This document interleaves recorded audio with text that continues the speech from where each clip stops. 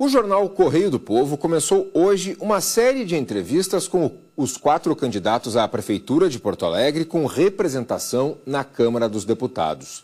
O sistema de proteção contra cheias deve ser um dos pontos principais das campanhas. Quem fala com a gente sobre isso é a colunista de política do jornal Correio do Povo e também da Rádio Guaíba, Thaline Opitz. Thaline, boa noite. Boa noite, Felipe. Boa noite a todos que nos acompanham. Olha, nesta terça-feira completam-se 5 dias desde o início oficial da campanha das eleições municipais deste ano. E, pelo menos aqui no Rio Grande do Sul, a eleição e o clima eleitoral ainda engatinham. Considerando o cenário aqui em Porto Alegre, os principais candidatos que representam partidos que têm cadeiras na Câmara dos Deputados realizaram algumas agendas de rua, especialmente no primeiro final de semana da campanha eleitoral, mas ela ainda não engatou. A gente vê um clima um pouco mais mobilizado na internet, especialmente nas redes sociais, mas nada que a gente possa comparar a efetivamente uma contaminação, inclusive, claro, do eleitorado de um clima de eleições.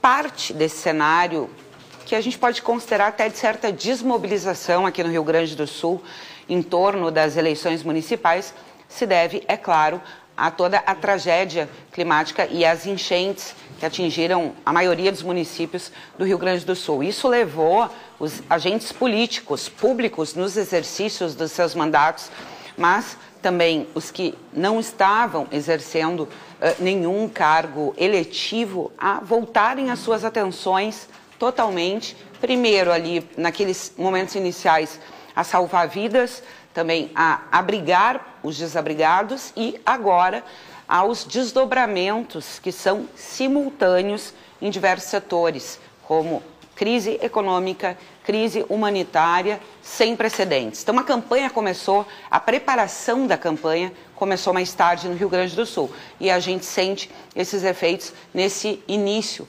oficial da largada das eleições municipais. Bom, de qualquer forma, a gente deve ver um fôlego maior, especialmente a partir do dia 30 desse mês, uma data importante no calendário eleitoral, quando começam a ser veiculados os programas eleitorais gratuitos de rádio e TV. Muitos municípios não contam com esse recurso e, inclusive, um dos principais candidatos aqui de Porto Alegre, Felipe Camozato do Novo, também não tem esse tempo de rádio e televisão e, por isso, claro, vai ter que focar ainda mais que os seus adversários as energias na internet e nas redes sociais.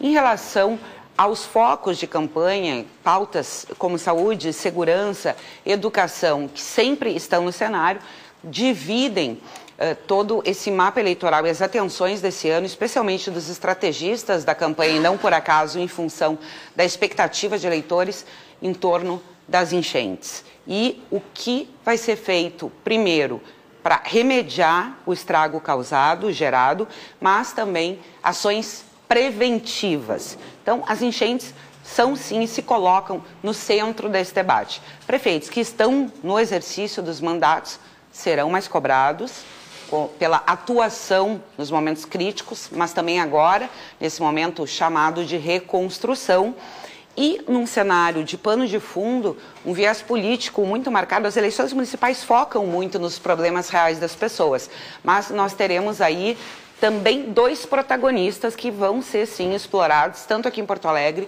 quanto em municípios do interior do Rio Grande do Sul, que foi e é, porque ela ainda não acabou, a atuação do governo do estado e, nesse cenário, pessoalmente do governador Eduardo Leite e também do governo federal. E aí com 2 protagonistas, o presidente Lula, mas também o ministro extraordinário de apoio à reconstrução, Paulo Pimenta. Então, esses protagonistas no cenário político e que marcam também um pouco da polarização que o Brasil vive nacionalmente, no cenário nacional há algum tempo, vão acabar em maior ou menor grau sendo explorados neste contexto eleitoral.